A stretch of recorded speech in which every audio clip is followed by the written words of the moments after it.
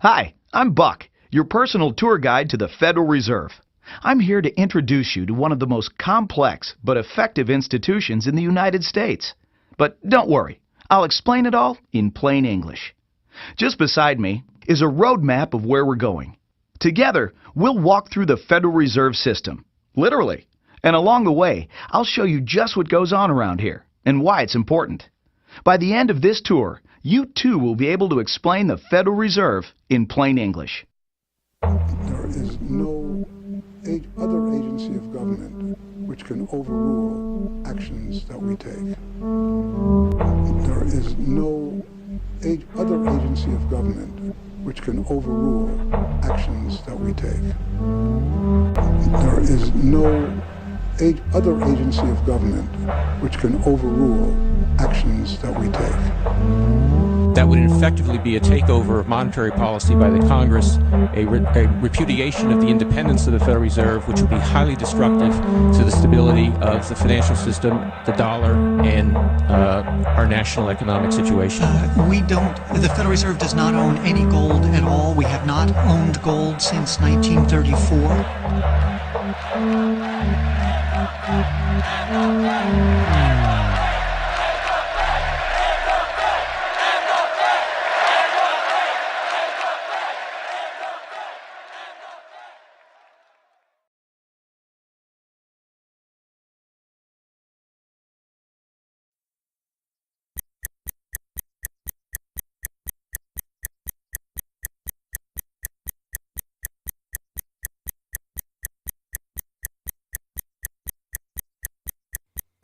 All our lives, we've been told that economics is boring. It's dull. It's not worth the time it takes to understand it. And all our lives, we've been lied to.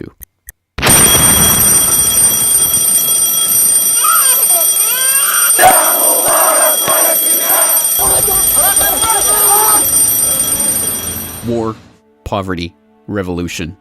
They all hinge on economics, and economics all rests on one key concept. Money. Money. It is the economic water in which we live our lives. We even call it currency. It flows around us, carries us in its wake, drowns those who are not careful. We use it every day, in nearly every transaction we conduct. We spend our lives working for it, worrying about it, saving it, spending it, pinching it. It defines our social status. It compromises our morals. People are willing to fight, die, and kill for it. But what is it? Where does it come from? How is it created? Who controls it?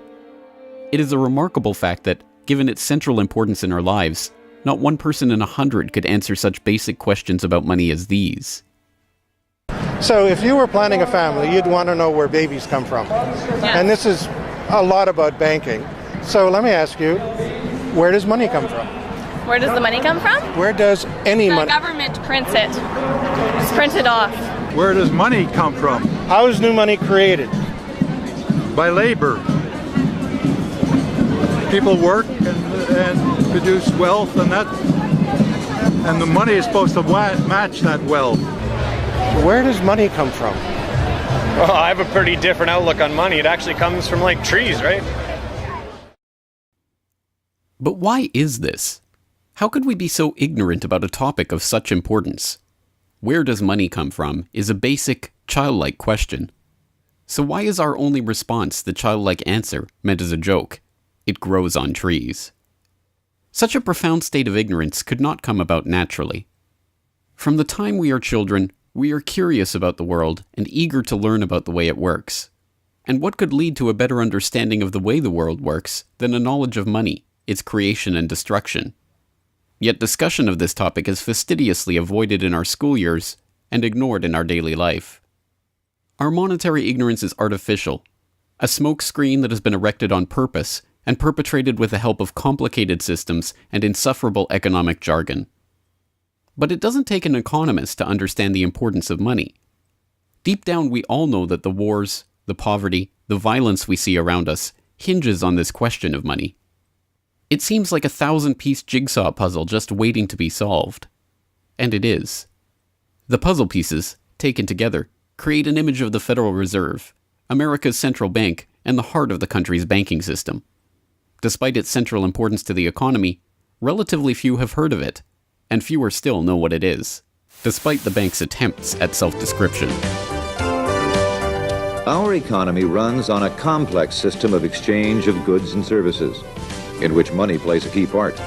Coin, currencies, savings, and checking accounts, the overall supply of money is managed by the Federal Reserve. Money is the medium through which economic exchanges take place, and money as a standard of value helps us to set prices for goods and services. The job of managing money, monetary policy, is to preserve the purchasing power of the dollar while ensuring that a sufficient amount of money is available to promote economic growth. The Federal Reserve also promotes the safety and soundness of the institutions where we do our banking. It ensures that the mechanisms by which we make payments, whether by cash, check, or electronic means, operate smoothly and efficiently. And in its fiscal role, acts as the banker for the United States government. Now, these duties comprise the major responsibilities of our central bank. But in order to really understand the Federal Reserve, we must first understand its origins and context. We must deconstruct the puzzle. The first piece of that puzzle lies here, in the White House. This is where the Federal Reserve Act, then known as the Currency Bill, was signed into law after passing the House and Senate in late December 1913. The New York Times of Christmas Eve 1913 described the festive scene. The Christmas spirit pervaded the gathering. While the ceremony was a little less impressive than that of the signing of the Tariff Act on October 3rd last in the same room, the spectators were much more enthusiastic and seized every occasion to applaud. There in the White House that fateful December evening, President Wilson signed away the last veneer of control over the American money supply to a cartel, a well-organized gang of crooks so successful, so cunning, so well hidden that even now, a century later, few know of its existence, let alone the details of its operations. But those details have been openly admitted for decades. Of course, just as we have been taught to find economics boring, we have been taught that this story is boring. This is the way the Federal Reserve itself tells it. The United States was facing severe financial problems. At the turn of the century, most banks were issuing their own currency, called banknotes.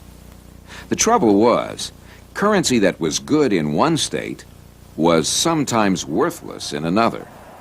People began to lose confidence in their money, since it was only as sound as the bank that issued it. Fearful that their bank might go out of business, they rushed to exchange their banknotes for gold or silver.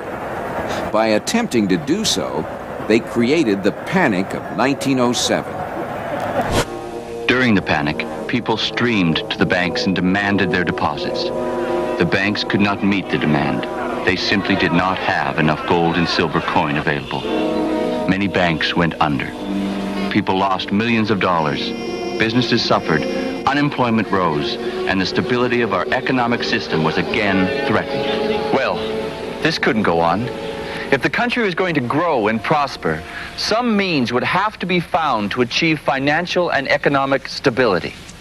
To prevent financial panics like the one in 1907, President Woodrow Wilson signed the Federal Reserve Act into law in 1913. But this is history as told by the victors, a revisionist vision in which the creation of a central bank to control the nation's money supply is merely a boring historical footnote, about as important as the invention of the zipper or an early 20th century hula hoop craze. The truth is that the story of the secret banking conclave that gave birth to that Federal Reserve Act is as exciting and dramatic as any Hollywood screenplay or detective novel yarn, and all the more remarkable for the fact that it is all true. We pick up the story, appropriately enough, under cover of darkness. It was the night of November 22nd, 1910, and a group of the richest and most powerful men in America were boarding a private rail car at an unassuming railroad station in Hoboken, New Jersey. The car, waiting with shades drawn to keep onlookers from seeing inside, belonged to Senator Nelson Aldrich, the father-in-law of billionaire heir to the Rockefeller dynasty, John D. Rockefeller Jr. A central figure on the influential Senate Finance Committee where he oversaw the nation's monetary policy, Aldrich was referred to in the press as the general manager of the nation. Joining him that evening was his private secretary Shelton, and a who's who of the nation's banking and financial elite. A. Pyatt Andrew, the Assistant Treasury Secretary, Frank Vanderlip, President of the National City Bank of New York, Henry P. Davison, a senior partner of J.P. Morgan Company, Benjamin Strong Jr., an associate of J.P. Morgan and president of Bankers Trust Co., and Paul Warburg, heir of the Warburg banking family and son-in-law of Solomon Loeb of the famed New York investment firm Kuhn, Loeb and Company. The men had been told to arrive one by one after sunset to attract as little attention as possible. Indeed, secrecy was so important to their mission that the group did not use anything but their first names throughout the journey so as to keep their true identities secret even from their own servants and waitstaff. The movements of any one of them would have been reason enough to attract the attention of New York's voracious press, especially in an era where banking and monetary reform was seen as a key issue for the future of the nation. A meeting of all of them, now that would surely have been the story of the century. And it was. Their destination? The secluded Jekyll Island off the coast of Georgia, home to the prestigious Jekyll Island Club whose members included the Morgans, Rockefellers, Warburgs, and Rothschilds. Their purpose? Davison told intrepid local reporters who had caught wind of the meeting that they were going duck hunting. But in reality, they were going to draft a reform of the nation's banking industry in complete secrecy. G. Edward Griffin, the author of the best-selling The Creature from Jekyll Island and a longtime Federal Reserve researcher, explains. What happened is that the banks decided that since there was going to be legislation anyway to control their industry, that they wouldn't just sit back and wait and see what happened and cross their fingers that it would be okay. They decided that to do what so many cartels do today, they decided to take the lead, and they would be the ones calling for regulations and reform. They like the word reform, and American people are suckers for the word reform. You just put that into any corrupt piece of legislation, call it reform, and people say, oh, I'm all for reform, and so they vote for it or accept it. So that's what they were doing. They decided we will reform our own industry. In other words, we will create a cartel, and we will give the cartel the power of government. We'll take our cartel agreement so that we can self-regulate to our advantage, and we'll call it the Federal Reserve Act. And then we'll take this cartel agreement to Washington and convince those idiots there to pass it into law. And that basically was the strategy. It was a brilliant strategy. Of course, we see it happening all the time, and certainly in our own day today, we see the same thing happening in other cartelized industry. Right now, we're watching it unfold in the field of healthcare, but at that time, it was banking, all right?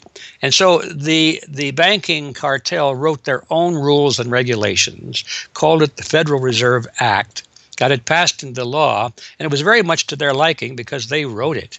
And in essence, what they had created is a set of rules which made it possible for themselves to regulate their industry, but they went even beyond that. In fact, it's clear to me when I was reading their letters and their conversations at the time and the debates that they never dreamed that Congress would go along and also give them the right to issue the nation's money supply. I mean, not only were they now going to regulate their own industry, which is what they started out as wanting to do, but they got this incredible gift that they didn't dream would be given to them, although they were negotiating for it.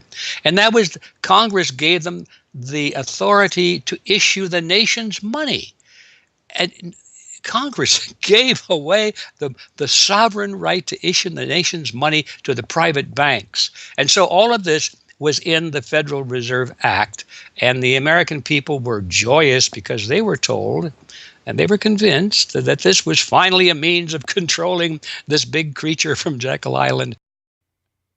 Amazingly enough, they were successful, not just in conspiring to write the legislation that would eventually become the Federal Reserve Act, but in keeping that conspiracy a secret from the public for decades. It was first reported on in 1916 by Bertie Charles Forbes, the financial writer who would later go on to found Forbes magazine. But it was never fully admitted until a quarter century later, when Frank Vanderlip wrote a casual admission of the meeting in the February 9, 1935 edition of the Saturday Evening Post. I was as secretive, indeed as furtive, as any conspirator. I do not feel it is any exaggeration to speak of our secret expedition to Jekyll Island as the occasion of the actual conception of what eventually became the Federal Reserve System. Over the course of their 9 days of deliberation at the Jekyll Island Club, they devised a plan so overarching, so ambitious, that even they could scarcely imagine that it would ever be passed by Congress.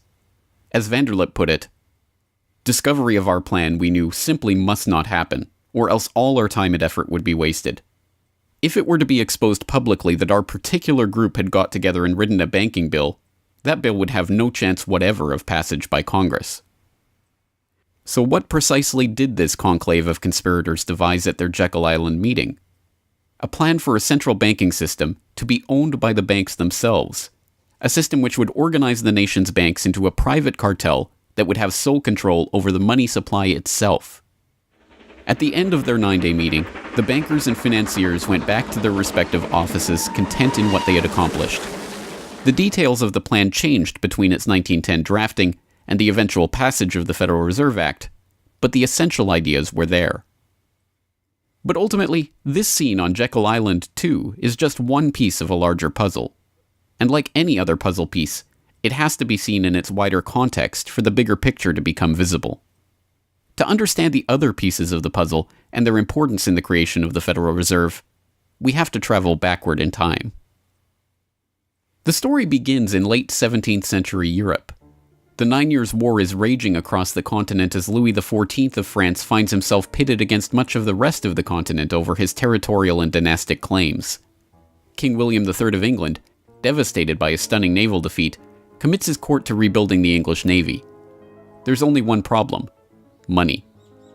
The government's coffers have been exhausted by the waging of the war, and William's credit is drying up. A Scottish banker, William Patterson, has a banker's solution. A proposal to form a company to lend £1 million to the government at 6% plus $5,000 management fee, with the right of note issue. By 1694, the idea has been slightly revised, a £1.2 million loan at 8% plus $4,000 for management expenses, but it goes ahead. The magnanimously titled Bank of England is created. The name is a carefully constructed lie, designed to make the bank appear to be a government entity. But it is not. It is a private bank owned by private shareholders for their private profit, with a charter from the king that allows them to print the public's money out of thin air and lend it to the crown. What happens here at the birth of the Bank of England in 1694 is the creation of a template that will be repeated in country after country around the world. A privately controlled central bank lending money to the government at interest, money that it prints out of nothing. And the jewel in the crown for the international bankers that creates this system is the future economic powerhouse of the world, the United States. In many important respects, the history of the United States is the history of the struggle of the American people against the banksters that wish to control their money. By the 1780s, with colonies still fighting for independence from the crown, the bankers will get their wish. In 1781, the United States is in financial turmoil. The Continental, the paper currency issued by the Continental Congress to pay for the war, has collapsed from overissue and British counterfeiting. Desperate to find a way to finance the end stages of the war, Congress turns to Robert Morris, a wealthy shipping merchant who was investigated for war profiteering just 2 years earlier. Now, as Superintendent of Finance of the United States from 1781 to 1784, he is regarded as the most powerful man in America, next to General Washington. In his capacity as Superintendent of Finance, Morris argues for the creation of a privately owned central bank deliberately modeled on the Bank of England that the colonies were supposedly fighting against. Congress, backed into a corner by war obligations and forced to do business with the bankers just like King William in the 1690s, acquiesces and charters the Bank of North America as the nation's first central bank. And exactly as the Bank of England came into existence loaning the British Crown £1.2 million, the BNA started business by loaning $1.2 million to Congress. By the end of the war, Morris has fallen out of political favor and the Bank of North America's currency has failed to win over a skeptical public. the BNA is downgraded from a national central bank to a private commercial bank chartered by the state of Pennsylvania. But the bankers have not given up yet. Before the ink is even dry on the Constitution, a group led by Alexander Hamilton is already working on the next privately owned central bank for the newly formed United States of America. So brazen is Hamilton in the forwarding of this agenda that he makes no attempt to hide his aims or those of the banking interests he serves. A national debt, if it is not excessive, will be to us a national blessing, he wrote in a letter to James Duane in 1781. It will be a powerful cement of our union. It will also create a necessity for keeping up taxation to a degree which, without being oppressive, will be a spur to industry. Opposition to Hamilton and his debt-based system for establishing the finances of the U.S. is fierce. Led by Jefferson and Madison, the bankers and their system of debt enslavement is called out for the force of destruction that it is, with Thomas Jefferson writing, "The spirit of war and indictment, since the modern theory of the perpetuation of debt, has drenched the earth with blood and crushed its inhabitants under burdens ever accumulating." Still, Hamilton proves victorious. The first Bank of the United States is chartered in 1791 and follows the pattern of the Bank of England and the Bank of North America almost exactly. A privately owned central bank with the authority to loan money that it creates out of nothing to the government. In fact, it is the very same people behind the new bank as were behind the old Bank of North America. It was Alexander Hamilton, Robert Morris's former aide, who first proposed Morris for the position of financial superintendent, and the director of the old Bank of North America, Thomas Willing, is brought in to serve as the first director of the First Bank of the United States. Meet the new banking bosses, same as the old banking bosses. In the first 5 years of the bank's existence, the U.S. government borrows $8.2 million from the bank, and prices rise 72%. By 1795, when Hamilton leaves office, the incoming Treasury Secretary announces that the government needs even more money and sells off the government's meager 20% share in the bank, making it a fully private corporation. Once again, the U.S. economy is plundered while the private banking cartel laughs all the way to the bank that they created. By the time the bank's charter comes due for renewal in 1811, the tide has changed for the money interests behind the bank. Hamilton is dead, shot to death in a duel with Aaron Burr. The bank-supporting Federalist Party is out of power. The public are wary of foreign ownership of the central bank, and what's more, don't see the point of a central bank in time of peace. Accordingly, the charter renewal is voted down in the Senate, and the bank is closed in 1811. Less than a year later, the U.S. is once again at war with England. After 2 years of bitter struggle, the public debt of the U.S. has nearly tripled from $45.2 million to $119.2 million. With trade at a standstill, prices soaring, inflation rising, and debt mounting, President Madison signs the charter for the creation of another central bank, the Second Bank of the United States, in 1816. Just like the two central banks before it, it is majority privately owned and is granted the power to loan money that it creates out of thin air to the government. The 20-year bank charter is due to expire in 1836, but still in his first term, President Andrew Jackson has already vowed to let it die prior to renewal. Believing that Jackson won't risk his chance for re-election in 1832 on the issue, the bankers forward a bill to renew the bank's charter in July of that year, 4 years ahead of schedule. Remarkably, Jackson vetoes the renewal charter and stakes his re-election on the people's support of his move. In his veto message, Jackson writes in no uncertain terms about his opposition to the bank. Whatever interest or influence, whether public or private, has given birth to this act, it cannot be found either in the wishes or necessities of the executive department, by which present action is deemed premature, and the powers confirmed upon its agent not only unnecessary, but dangerous to the government and country. It is to be regretted that the rich and powerful too often bend the acts of government to their selfish purposes. If we cannot at once, in justice to interests vested under improvident legislation, make our government what it ought to be, we can at least take a stand against all new grants of monopolies and exclusive privileges, against any prostitution of our government to the advancement of the few at the expense of the many, and in favor of compromise and gradual reform in our code of laws and system of political economy. The people side with Jackson, and he's re-elected on the back of his slogan, "Jackson and no bank." The president makes good on his pledge. In 1833, he announces that the government will stop using the bank and will pay off its debt. The bankers retaliate in 1834 by staging a financial crisis and attempting to pin the blame on Jackson, but it's no use. On January 8, 1835, President Jackson succeeds in paying off the debt, and for the first and only time in its history, the United States is free from the debt chain of the bankers. In 1836, the Second Bank of the United States charter expires, and the bank loses its status as America's central bank. It is 77 years before the bankers can regain the jewel in their crown, but it is not for lack of trying. Immediately upon the death of the bank, the banking oligarchs in England react by contracting trade, removing capital from the US, demanding payment in hard currency for all exports, and tightening credit. This results in a financial crisis known as the Panic of 1837, and once again Jackson's campaign to kill the bank is blamed for the crisis. Throughout the late 19th century, the United States is rocked by banking panics brought about by wild banking speculation and sharp contractions in credit. By the dawn of the 20th century, the bulk of the money in the American economy has been centralized in the hands of a small clique of industrial magnates, each with a near monopoly on a sector of the economy. There are the Astors in real estate, the Carnegies and the Schwabs in steel, the Harrimans, Stanfords, and Vanderbilts in railroads, the Mellons and the Rockefellers in oil. As all of these families start to consolidate their fortunes, they gravitate naturally to the banking sector. And in this capacity, they form a network of financial interests and institutions that centered largely around one man, banking scion and increasingly America's informal central banker in the absence of a central bank, John Pierpont Morgan. John Pierpont Morgan, or Pierpont as he prefers to be called, is born in Hartford, Connecticut in 1837 to Junius Spencer Morgan, a successful banker and financier.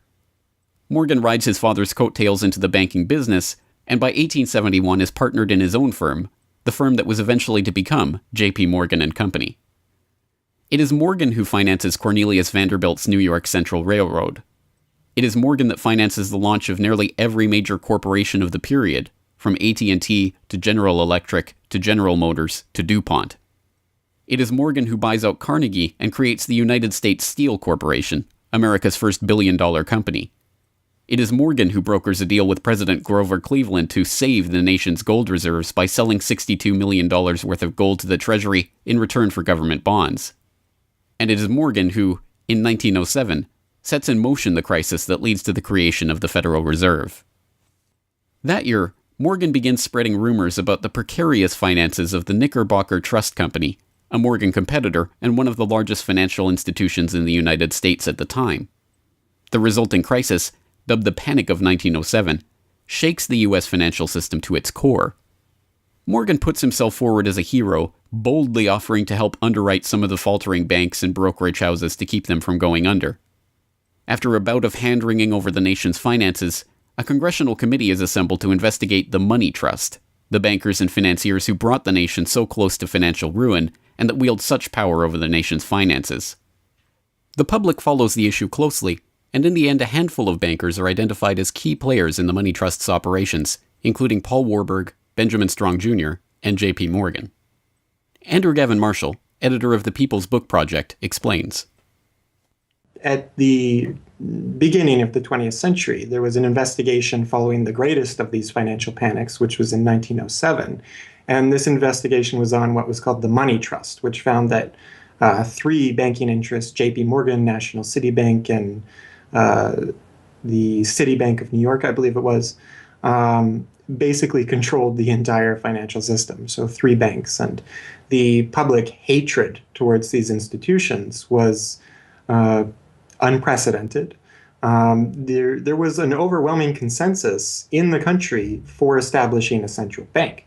But there were many different interests in pushing this, and everyone had sort of their own specific purpose behind advocating for a central bank. So to represent the most people, you had farmer interests, populists, progressives, who were advocating a central bank because they couldn't take the recurring panics, but they wanted government control of a central bank. They wanted it to be exclusively under the public control because they despised and feared the New York banks as wielding too much influence. So for them, a central bank would be a way to curb the power of these private financial interests. On the other hand, those same financial interests were advocating for a central bank to serve as a source of stability for their control of the system, also to act as a lender of last resort to them, and so that they would never have to face collapse, but also in order to exert more control through a central bank. The private New York banking community wanted a central bank under the exclusive control of them. There's a shocker. So you had all these various different interests which converged. Of course, the most influential happened to be the New York financial houses, which were more aligned with European financial houses than they were with any other element in American society.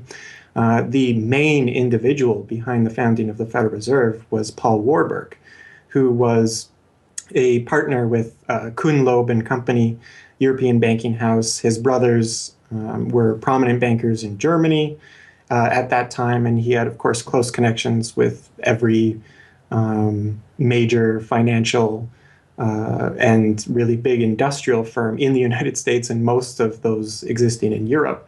And he was discussing all these ideas with his fellow compatriots in advocating for a central bank. In 1910, Warburg got the support of a senator named Senator Aldrich, whose family later married into the Rockefeller family. Again, I'm sure just a coincidence, but Aldrich invited Warburg and a number of other bankers to a private secret meeting on Jekyll Island, just off the coast of Georgia, where they met in 1910 to discuss the construction of a central bank in the United States, but one which, of course, would be owned and serve the interests of the private bankers. Aldrich then, in 1911, presented this as the Aldrich Plan or the Aldrich Bill in the U.S. Congress, and it was actually voted out. The public, suspicious of Senator Aldrich's banking connections, ultimately reject the Jekyll Island Cabal's Aldrich Plan. The Cabal does not give up, however. They simply revise and rename their plan, giving it a new public face, that of Senator Robert Owen and Representative Carter Glass.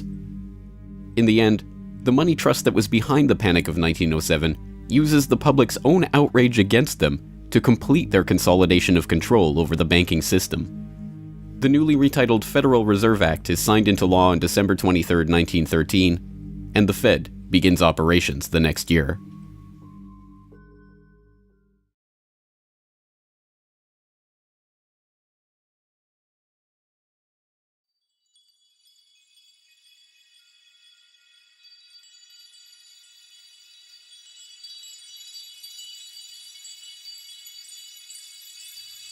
So how does the Federal Reserve System work? What does it do? Who owns and controls it? These are the basic questions that would get to the heart of the fundamental question, what is money? And that is why the answer to these questions have been shrouded in impenetrable economic jargon. Even the Federal Reserve's own educational propaganda, which has an unusual tendency towards cutesy animation and talking down to its audience, has a difficult time summarizing the Fed's mission and responsibilities. According to the Fed, to achieve these goals, the Fed, then and now, combines centralized national authority through the Board of Governors, remember that on the map, with a healthy dose of regional independence through the reserve banks. A third entity, the Federal Open Market Committee, brings together the expertise of the first two in setting the nation's monetary policy. Precisely what imaginary gaggle of schoolchildren is this economic gibberish aimed at? The simple truth, hidden behind the sleight of hand of economic jargon and magisterial titles, is that a banking cartel has monopolized the most important item in our entire economy: money itself. We are taught to think of money as the pieces of paper printed in government printing presses or coins minted by government mints. While this is partially true, in this day and age, the actual notes and coins circulating in the economy represent only a tiny fraction of the money in existence. Over 90% of the money supply is in fact created by private banks as loans that are payable back to the banks at interest. Although this simple fact is obscured by the wizards of Wall Street and gods of money who want to make the money creation process into some special art of alchemy carefully overseen by the government, the truth is not hidden from the public. In December 1977, the Federal Reserve Bank of New York published another of its dumbed-down cartoon-ridden information pamphlets for the general public, attempting to explain the functions of the Federal Reserve System. There in black and white, they carefully explain the money creation process. Commercial banks create checkbook money whenever they grant a loan, simply by adding new deposit dollars to accounts on their books in exchange for a borrower's IOU. Banks create money by monetizing the private debts of businesses and individuals. That is, they create amounts of money against the value of those IOUs. There it is, in plain English. The vast majority of money in the economy, the checkbook money in our accounts at the bank and that we use in our electronic transfers and digital payments, is created not by a government printing press, but by the bank itself. It is created out of thin air as debt, owed back to the bank that created it at interest. This means that bank loans are not money taken from other bank depositors, but new money simply conjured into existence and placed into your account. And the bank is able to create much more money than it has cash to back up those deposits. The Fed claims to be the entity overseeing and backing up the banking industry. It was established, according to its own propaganda, to stabilize the system and prevent bank runs like the Panic of 1907 from happening again. Throughout much of the 1800s, almost any organization that wanted could print its own money. As a result, many states, banks, and even one New York druggist did just that. In fact, at one time, there were over 30,000 different varieties of currency in circulation. Imagine the confusion.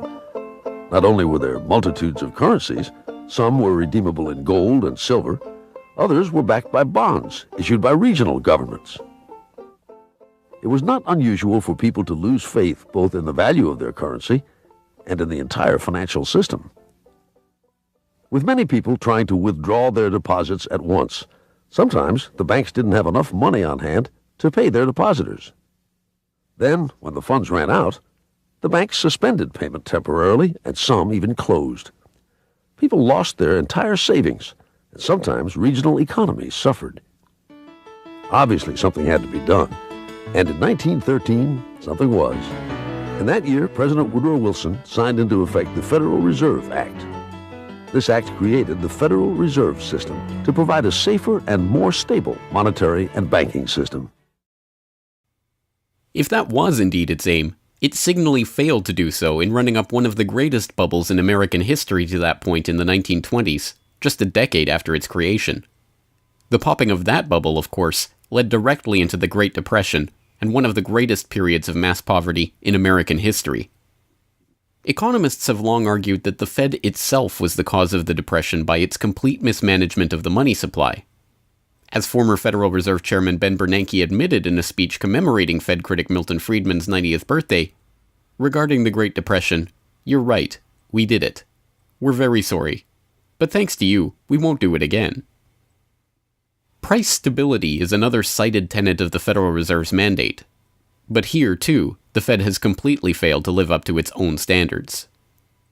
Aside from the banking system, the Federal Reserve has another responsibility that's probably even more important. It's in charge of something called monetary policy. Basically, it means trying to keep prices stable to avoid inflation. Say you buy a CD today for $14, but what if next year the price of the CD jumped to $20 or $50? Not because of a change in supply or demand, but because all prices were going up. That's inflation. There are a lot of different causes of inflation, but one of the most important is too much money. The Fed can adjust the money supply by injecting money into the system electronically or by withdrawing money from the economy. Think of it. The Federal Reserve has the ability to create money and make it disappear. What's most important is what happens as a result. Anytime the supply of money is altered, the effects are felt throughout the economy. The Fed's methods have changed over time to take advantage of the latest computers and electronics, but its mission remains the same: to aim for stable prices, full employment, and a growing economy. 100 years ago, in 1913, the Fed was created, and we've marked it with a vertical line there. Consumer prices now are about 30 times higher than they were when the Fed was created in 1913. Paper money, too, is the responsibility of the Federal Reserve.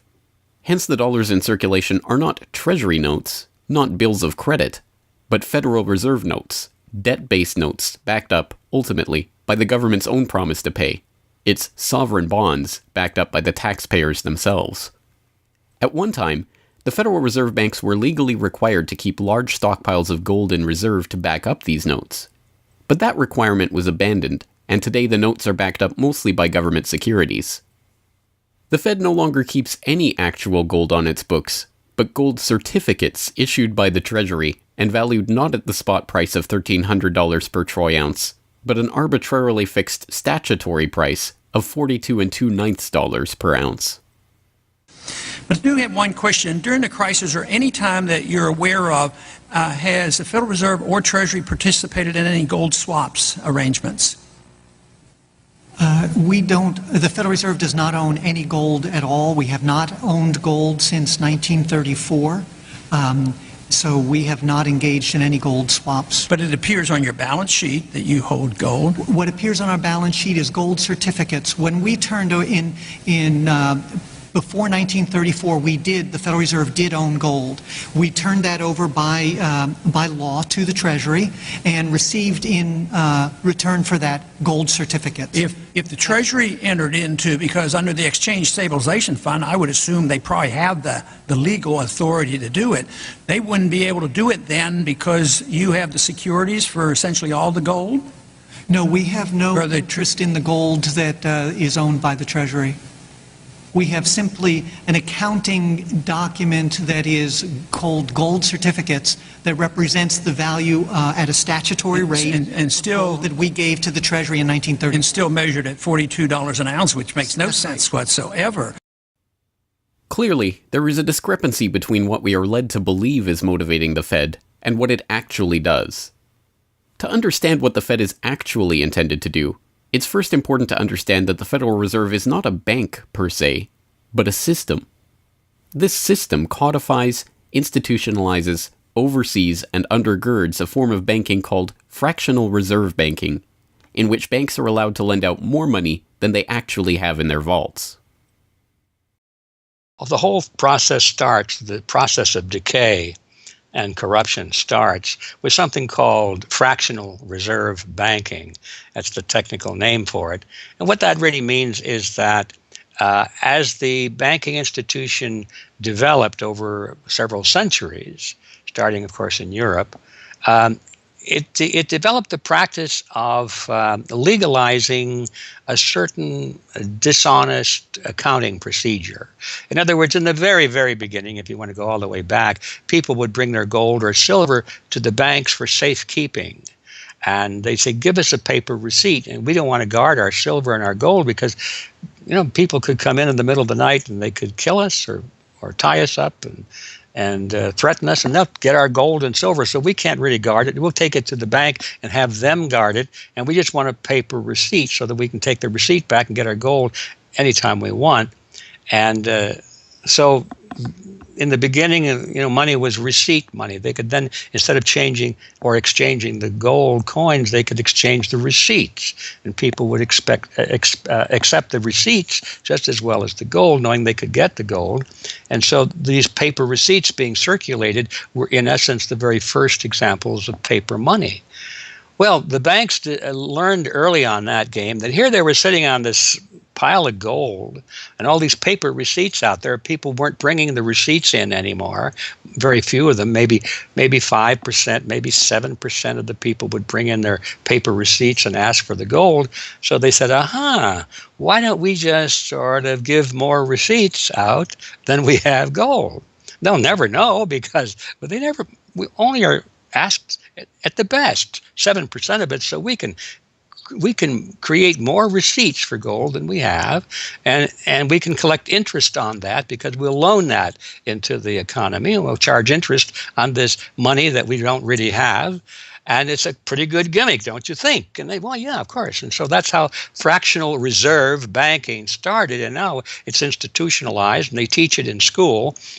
No one ever questions the integrity of it or the ethics of it. They say, well, that's the way banking works. And isn't it wonderful that we now have this flexible currency and we have prosperity and all of this sort of thing? So it all starts with this concept of fractional reserve banking. And the trouble is with that is it works most of the time, but every once in a while, there are a few ripples that come along that are a little bit bigger than the other ripples, and maybe one of them is a wave, and more than 7% will come in and ask for their gold.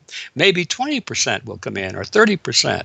And well, now the banks are embarrassed because the fraud is exposed. They say, well, we don't have your gold. What do you mean you don't have my gold? I gave it to you and put it on deposit, and you said you'd safeguard it. Well, we don't have it. We loaned it out. So then the word gets out, and everybody and their uncle comes and lines up for their gold. And of course, they don't have it, and the banks are closed. They have bank holidays, and the banks are embarrassed. They go out of business. People lose their savings, and you have these terrible banking crashes that were ricocheting all around the world prior to this time. And that's what caused the concern. One of the things that caused the concern of the American people, they didn't want that anymore. They wanted to put a stop to that. And that was the whole purpose, supposedly, of the Federal Reserve System, was to put a stop to that. But since the people who designed the plan to put a stop to it were the very ones who were doing it in the first place, you can not be surprised that their solution was not a very good one insofar as the American people were concerned. Their solution was to expand it, not to control it, but to expand it. See, prior to that time, this little game of fractional reserve banking was localized at the state level. Each state was doing its own little fractional reserve banking system. Each state, in essence, had its own Federal Reserve.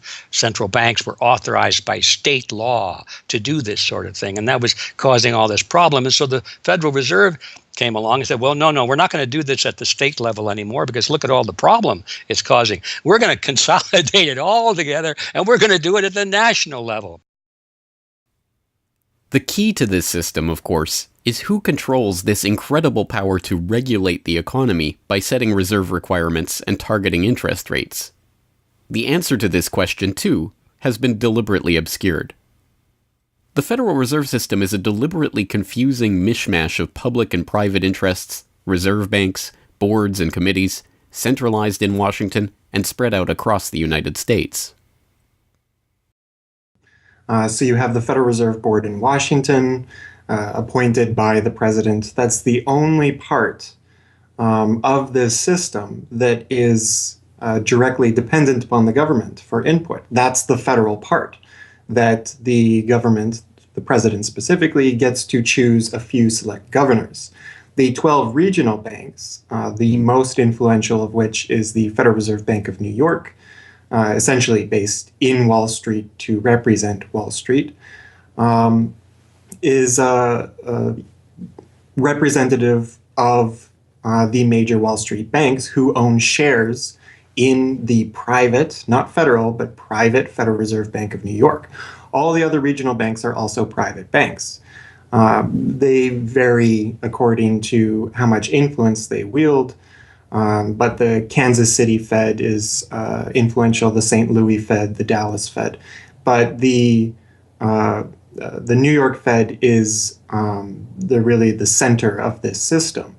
And precisely because it represents the Wall Street banks who appoint the leadership of the New York Fed. So the New York Fed has a lot of public power, but no public accountability. It has no oversight. It does not answer to Congress the way that the chairman of the Federal Reserve Board of Governors does. And even then, the chairman of the Federal Reserve Board, who is appointed by the president, does not answer to the president. He does not answer to Congress. He goes to Congress to testify, but the policy that they set is independent. So they have no input from the government. The government can't tell them what to do, legally speaking. And of course, they don't. Do you think it would cause problems for the Fed or for the economy if that legislation was to pass? My concern about the legislation is that if the GAO is auditing not only the operational aspects of our programs and the details of the programs, but is making judgments about our policy decisions that would effectively be a takeover of monetary policy by the Congress, a repudiation of the independence of the Federal Reserve, which would be highly destructive to the stability of the financial system, the dollar, and our national economic situation. The Federal Open Market Committee is responsible for setting interest rates. Now, this committee, which is enormously powerful, has as its membership the governor and vice chair of the Federal Reserve Board. But the Federal Open Market Committee, most of the membership is the presidents of the regional Federal Reserve banks representing private interests. So they have significant input into setting the interest rates. Interest rates are not set by a public body, they're set by private financial and corporate interests. And that's whose interests they serve, of course. The reason that the Federal Reserve goes to such great lengths to make its organizational structure as confusing as possible is to cover up the massive conflicts of interest that are at the heart of the system. The fact is that the Federal Reserve System is comprised of a board of governors, 12 regional banks, and an open market committee. The privately owned member banks of each Federal Reserve Bank vote on the majority of the Reserve Bank's directors, and the directors vote on members to serve on the Federal Open Market Committee, which determines monetary policy. What's more, Wall Street is given a prime seat at the table, with tradition holding that the president of the powerful New York Federal Reserve Bank be given the vice chairmanship of the FOMC and be made a permanent committee member. In effect, the private banks are the key determinants in the composition of the FOMC, which regulates the entire economy. According to the Fed, its monetary policy decisions do not have to be approved by the president or anyone else in the executive or legislative branches of government. It does not receive funding appropriated by the Congress, and the terms of the members of the Board of Governors span multiple presidential and congressional terms. Or, in the words of Alan Greenspan, what is the proper relationship, what should be the proper relationship between a chairman of the Fed and a president of the United States? Well, first of all, the Federal Reserve is an independent agency, and that means basically that there is no other agency of government which can overrule actions that we take. The Fed goes on in its self-mythologization to state that it is not a private, profit-making institution. This characterization is dishonest at best, and an outright lie at worst. The regional banks are themselves private corporations, as noted in a 1928 Supreme Court ruling. Instrumentalities like the national banks or the Federal Reserve Banks, in which there are private interests, are not departments of the government. They are private corporations in which the government has an interest. This point is even admitted by the Federal Reserve's own senior counsel. Our regulations do specify overall terms for the lending, but the day-to-day operation of the banking activities are conducted by the Federal Reserve banks. They are banks, and indeed they do lend, and they do interact they're their with own depositors. agency then, essentially, They are not in that agencies. regard. Yes, they're not agencies, Your Honor. They're persons under FOIA. Each Federal Reserve Bank, the stock is owned by the member banks in the district, 100% privately held. They have private boards of directors. Majority of those boards are appointed by the independent banks, private banks in the district. They're not agencies. These private corporations issue shares that are held by the member banks that make up the system, making the banks the ultimate owners of the Federal Reserve Banks. Although the Fed's profits are returned to the Treasury each year, the member banks' shares of the Fed do earn them a 6% dividend. According to the Fed, the fixed nature of these returns means that they are not being held for profit. Despite the dishonest nature of this description, however, it is important to understand that the bankers who own the Federal Reserve indeed do not make their money from the Fed directly. Instead, the benefits are much less obvious and much more insidious. The simplest way that this can be understood is that, as a century of history and the specific example of the last financial crisis shows, the Fed was used as a vehicle to bail out the very bankers who own the Fed banks in the most obvious example of fascistic collusion imaginable. A handful of financial institutions have enriched themselves as a result of institutional speculation on a large scale as well as manipulation of the market.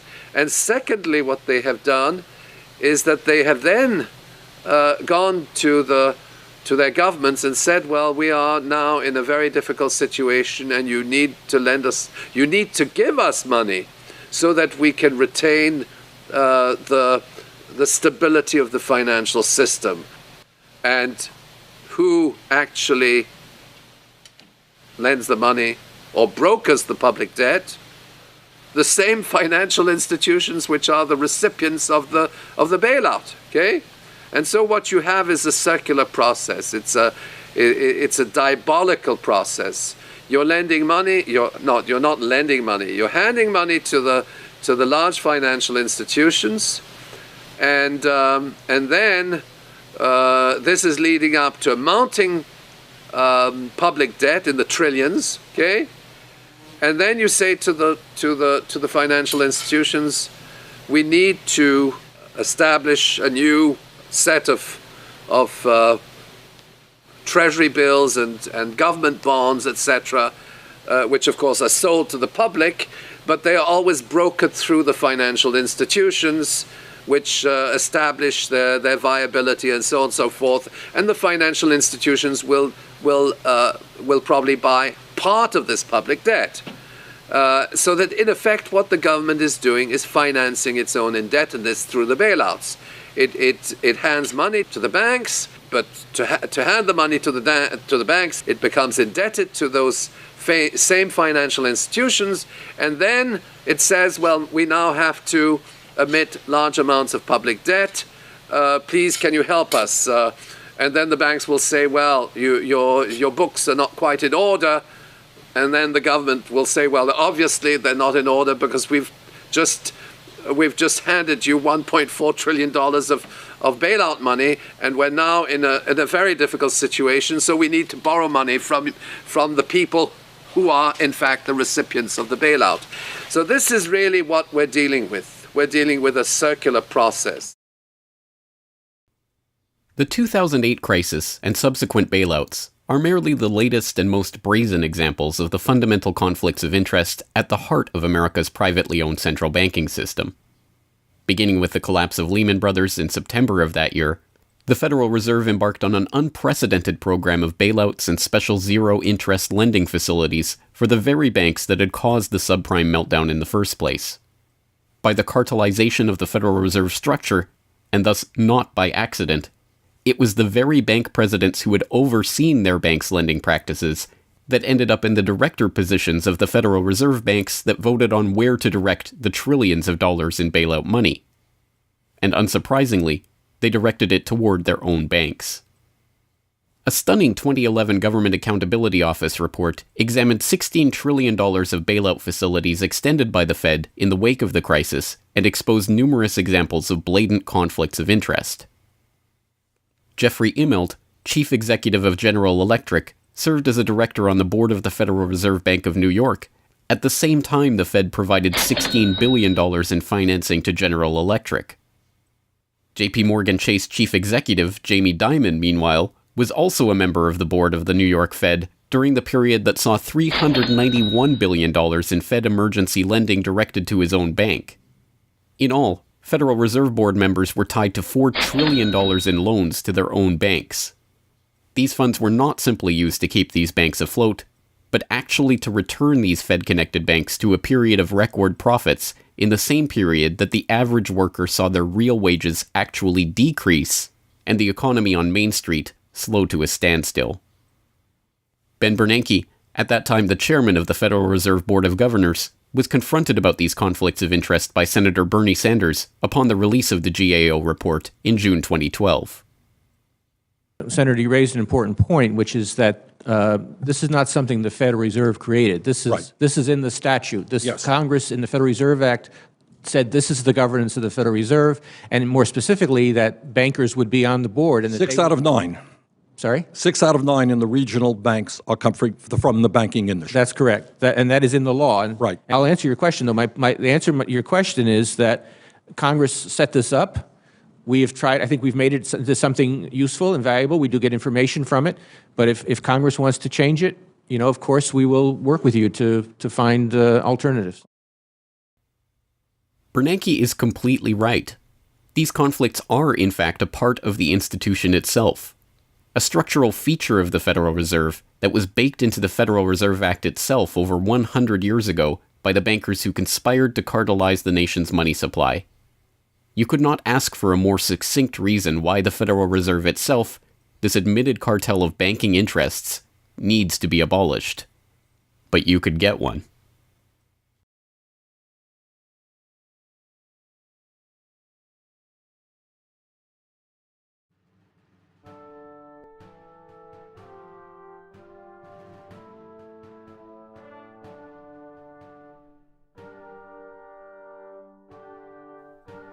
We now know that for centuries, the people of the United States have been at war with the international banking oligarchs.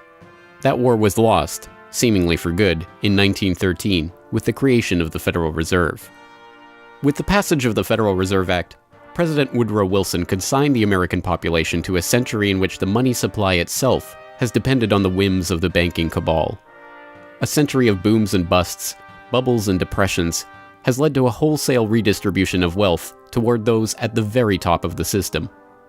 At the bottom, the masses toil in relative poverty, single-income households becoming double-income households out of necessity, their quality of life being slowly eroded as the Federal Reserve notes that pass for dollars are themselves devalued.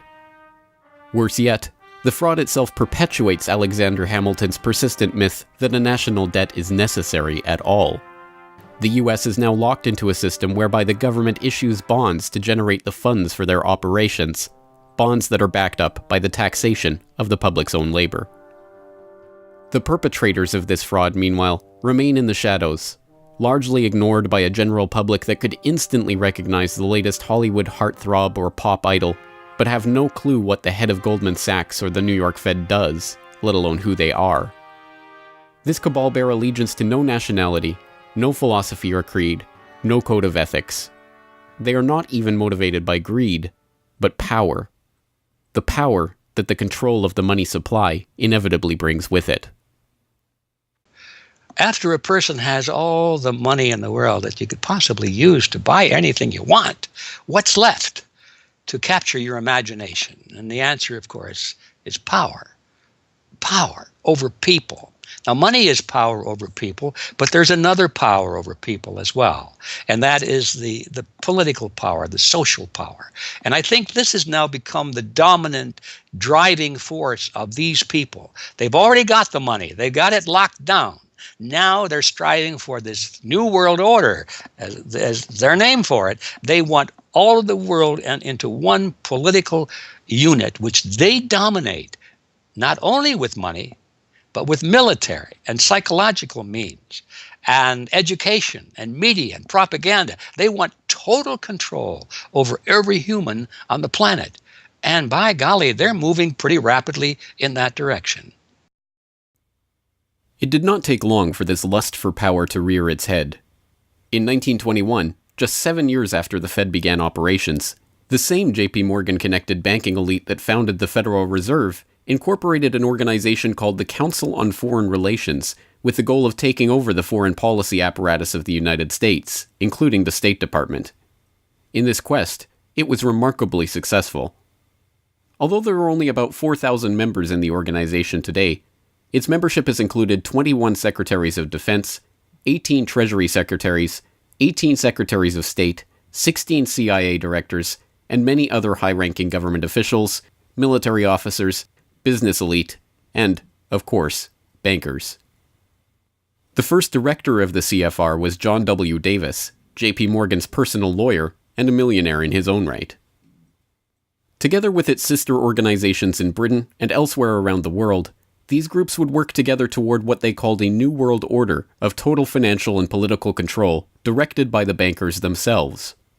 As Carroll Quigley, noted Georgetown historian and mentor of Bill Clinton, wrote in his 1966 work, Tragedy and Hope, A History of the World in Our Time, the powers of financial capitalism had a far-reaching aim, nothing less than to create a world system of financial control in private hands, able to dominate the political system of each country and the economy of the world as a whole. This system was to be controlled in a feudalist fashion by the central banks of the world acting in concert, by secret agreements arrived at in frequent private meetings and conferences. The apex of the system was to be the Bank for International Settlements in Basel, Switzerland, a private bank owned and controlled by the world's central banks, which were themselves private corporations. This is why the bankers and their partners in government and business conspired to bring about the 2008 crisis. Not for the pursuit of money, but power. In the same way the bankers used the panic of 1907 to consolidate their control over the money supply, they hope to use the 2008 crisis and subsequent panics, which they themselves have created, to consolidate their political control. The International Summit for the Global Financial Crisis has been expanded from G7 to G20 because the leading 7 developed countries cannot solve the crisis alone. This expanded meeting raises the question whether a new global financial system will be created. So is this some sort of new world order, which Gordon Brown kind of alluded to? British Prime Minister Gordon Brown has described the quote-unquote guiding principles to be addressed at the summit. They are transparency, sound banking, responsibility, integrity, and get this, global governance, unquote. I think a new world order is emerging, and with it the foundations of a new and progressive era of international cooperation. The inevitable conclusion, one that flows necessarily from the true understanding of this situation, is that the Federal Reserve System needs to be consigned to the dustbin of history. After a century of enslavement, it is time for the American public to finally throw off the bankers' debt chains. If there was ever a point in human history to start questioning alternatives, this would be it. And to think that where we are and simply say, oh, well, this is the best of our options. How many of the best options lead to self-destruction? Doesn't sound like a best option. I think that with a world of 7 billion people, we can probably come up with something better than a system in which a few thousand people benefit so much at the expense of everything else on this world, and at the expense of the potential for the future of mankind. They're leveraging our future. And so long as we accept this way of thinking, so long as we accept these institutions as having dominance, that's the direction we'll be going. So I think reform is a good way to try and stall and to push back directly against the expanding and evolving power structures. But a radical change is what's really needed, and that has to be built from the bottom up. But I think that these two processes can and should go together in parallel. If you've made it this far, congratulations. You are now better informed on the economic history of the United States and the truth about the Federal Reserve than 99% of the population. If you do nothing else, then just working to get those around you educated on this information alone will have a profound effect. Once they learn of the scam, many are motivated to do something about it, and they, in turn, inform others. This is the viral nature of suppressed truth, and it is the reason that more people are aware of and energized by the issue of the Federal Reserve and the nature of money than ever before. Perhaps even more amazingly, this movement is spreading to other parts of the globe.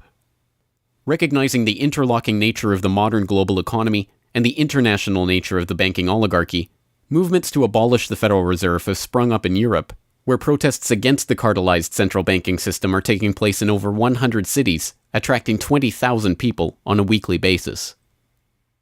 I started this movement because I realized that the Federal Reserve Act, in my opinion, is one of the most worst laws in the whole world.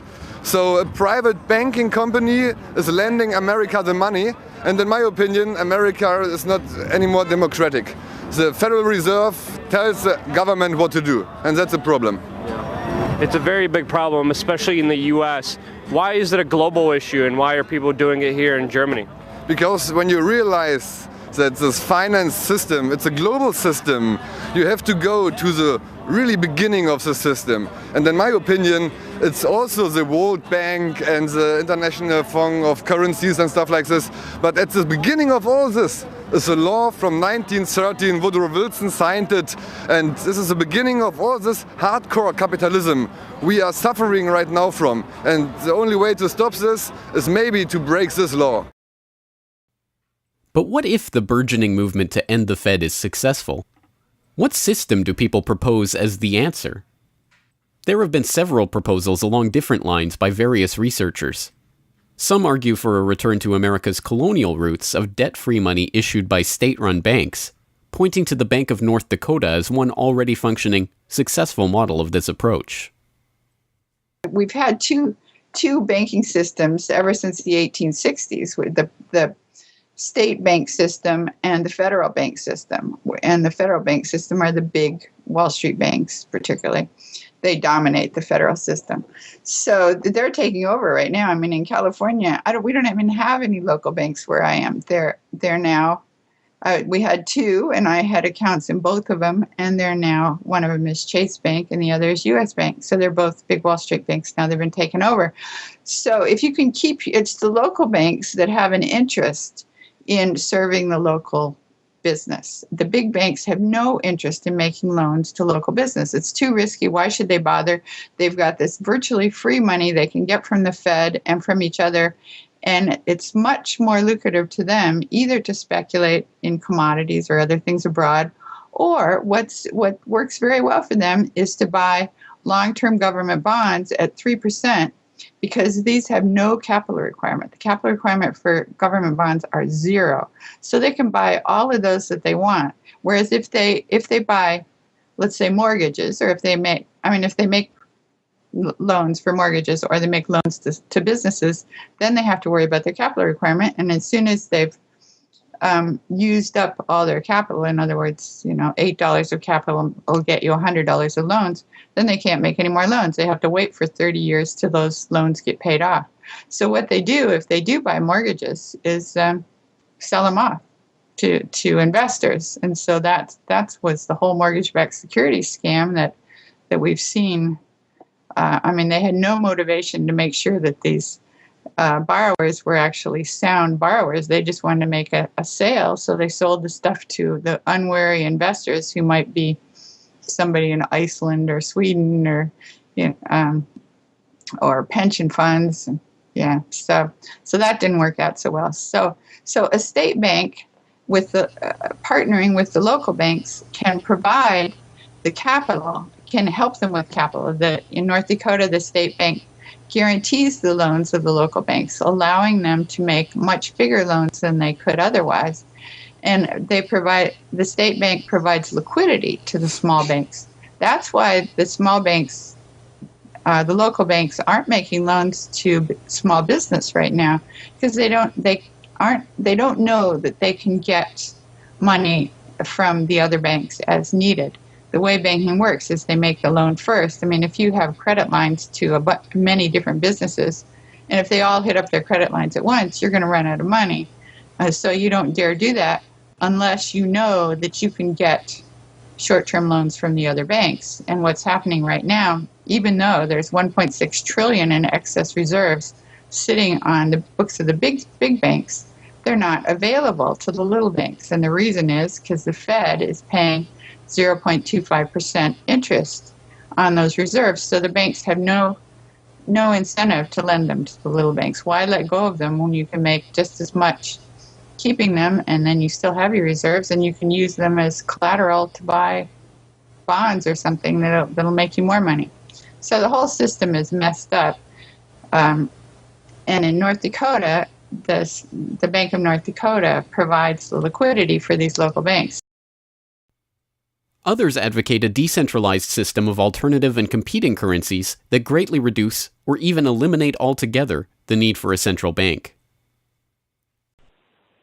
Well, 22 years ago in Ithaca, New York, I noticed that a lot of people, friends particularly, had skills and time that were not being employed or respected by the prevailing economy. And while we had much desire to create things and trade them with each other, and many services we could provide to each other, we didn't have the money. So since I have a background in graphic design, journalism, and arrogance, I went to my computer and designed paper money for Ithaca, New York. Designed pretty colorful money, with pictures of children, waterfalls, and trolley cars, and denominated in hours of labor. 1 hour note, half hour, quarter, eighth hour note, 2 hour note, and then began to issue to each of the pioneer traders who had agreed to be listed in the directory a specific starter amount. And the game began. An hour has been worth an hour of basic labor, or 10 US dollars, which at that time, 20 years ago, was double the minimum wage. People who usually expect more than $10 per hour of their service can charge multiple hours per hour, but the denomination puts between us as residents of our community that reminder that we are fellow citizens, not merely winners or losers scrambling for dollars. And it introduces us to each other on the basis of these skills and services that we have, that we are more proud to provide for each other than often is the case with a conventional job, just the stuff we have to do to get the money to pay the bills. So through that trading process, that more intimate scale process within the community, we're more easily able to become friends and lovers and political allies. It's an inspiring story, and tell people about how much money has circulated through this community. I mean, it's important for people to understand just how successful this has been.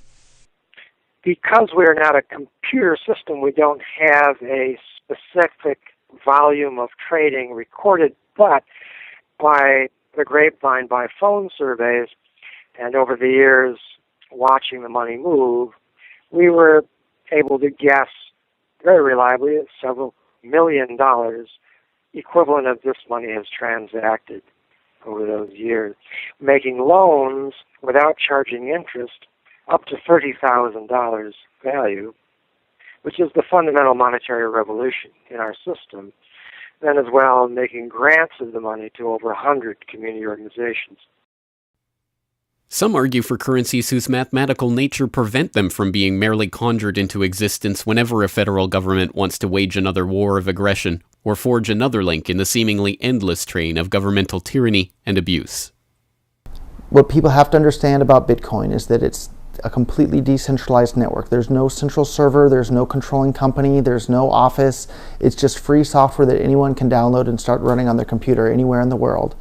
And that the Bitcoins themselves can be transferred to or from anyone anywhere in the world. And it's impossible for any bank or government or entity to block you from sending or receiving those Bitcoins. There's a limited supply of those Bitcoins. There will never, ever, ever be more than 21 million Bitcoins. And so because, like everything, the price is set based on supply and demand, because the supply of Bitcoins is limited and the demand is increasing as more and more people start to use them and more websites start to accept them, the price of Bitcoins in terms of dollars is going to have to increase even a lot more than the $500 per Bitcoin that it is today. Are there any drawbacks at all to the idea of using a cryptocurrency? If you're part of the current power elite that can just print money at will to spend on whatever you feel like, then yeah, the world switching over to Bitcoin is probably not going to benefit you. But if you're one of the normal people that aren't working for the Federal Reserve or any central bank that's printing money to pay to your friends and that sort of thing, then a Bitcoin world is a wonderful thing for you. Sound money, cryptocurrencies, state banks, LETS programs, self-issued credit. These and many other solutions have all been proposed, and many of them are in use in different localities today. Information on all of these ideas and how they are being applied in various parts of the world are widely available online. The point is that the question of what money is and how it should be created is perhaps the single greatest question facing humanity as a whole, and yet it is one that has been almost completely eliminated from the national conversation. Until recently.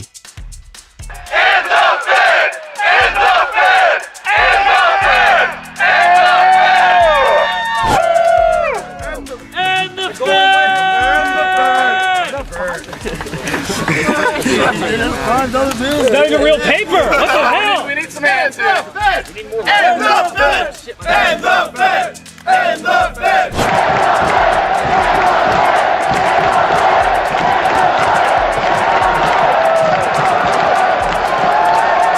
I haven't even gotten to that part yet. We can do it again when I get to that part.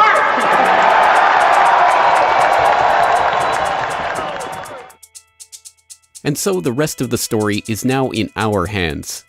Once we understand the scam that has taken place, the gradual consolidation of wealth and power in the hands of an elite few banking oligarchs, and the growing impoverishment of the masses, all in the name of banking funny money created out of nothing and loaned to the public at interest, we can choose to get active or to do nothing at all.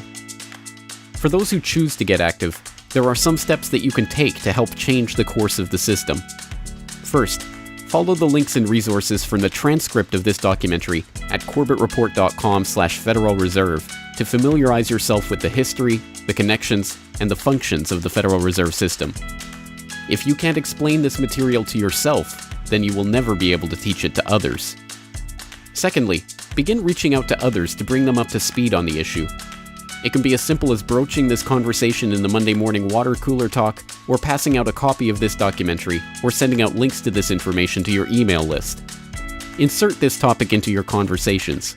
When people start talking about the national debt, or the state of the economy, or other political talking points, get them to question the roots of these issues, and why there is a national debt at all.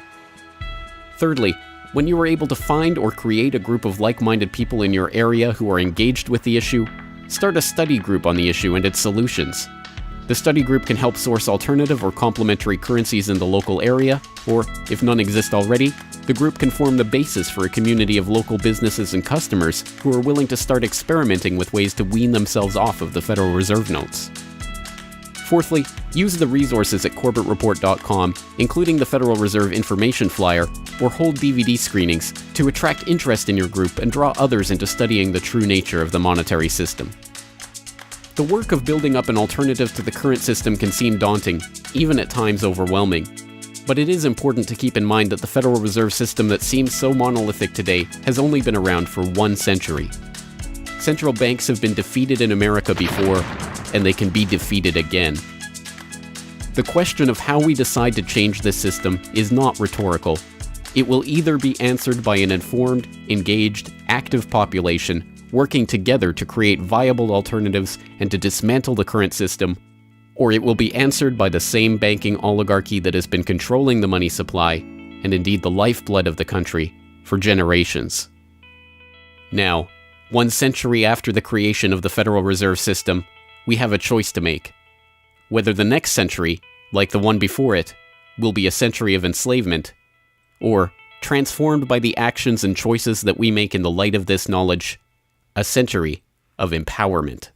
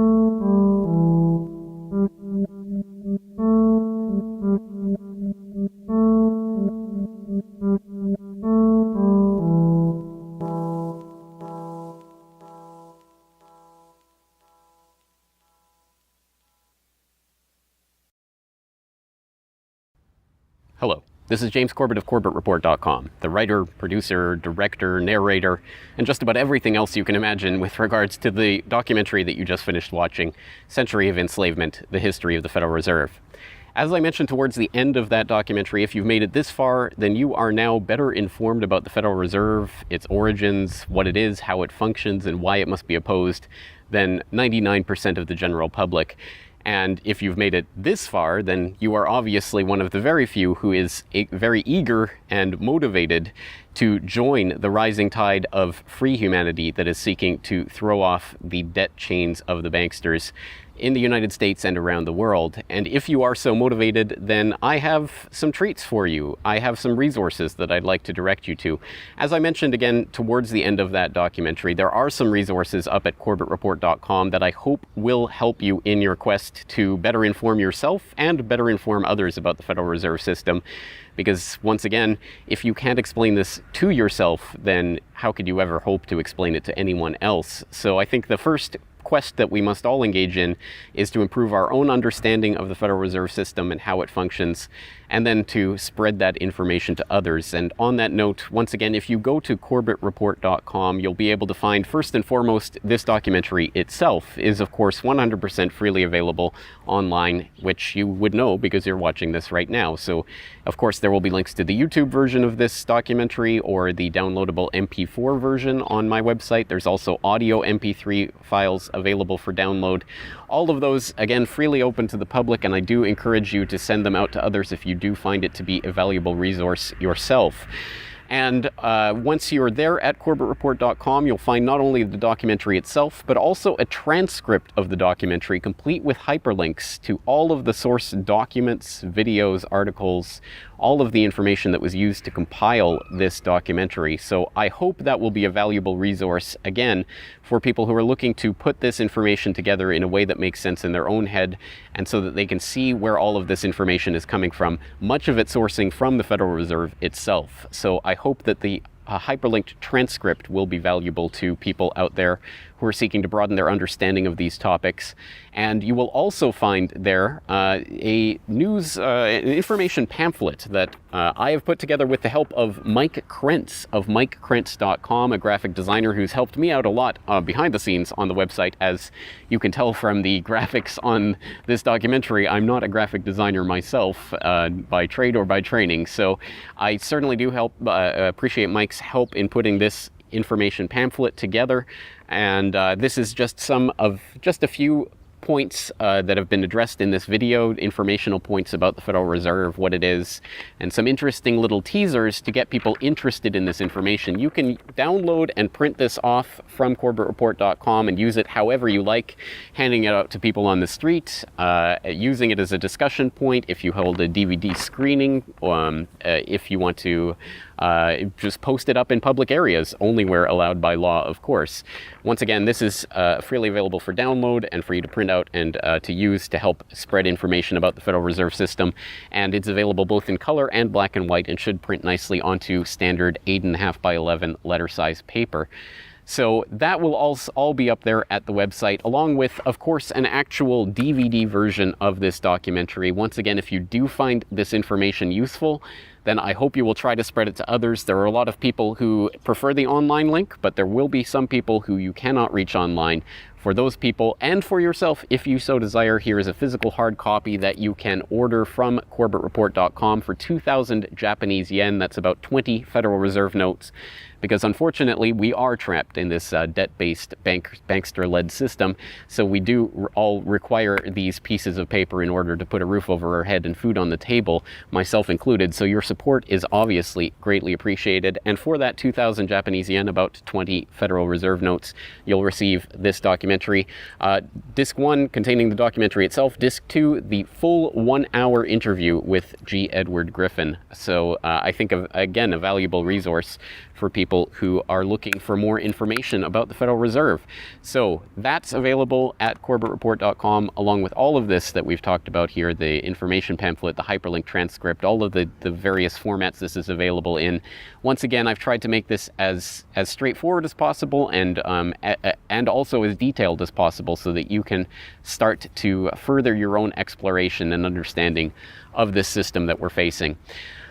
Once again, Of course, any way that you choose to get this information out to others is greatly appreciated, but if you do want to send the Corbett Report links around, the best one to use is corbettreport.com/Federal Reserve. That will have the documentary in the YouTube format, it will have the downloadable MP3 and MP4 formats, it will have the transcript, it will have the downloadable information pamphlet, and it will also have a link to buy the DVD. So all of that will be there at corbettreport.com/Federal Reserve.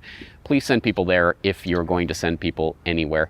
So once again, I really do salute you for taking time out of your busy day, out of your schedule, to devote yourself to watching and learning and understanding this material, and to helping spread this information and awareness to others, because it is only together that we will ever be able to form the movement that will ultimately turn the tide against the banksters and defeat the Federal Reserve and all of the similarly privately controlled central banks all around the world. So once again, thank you for your time and attention. I'm James Corbett of corbettreport.com.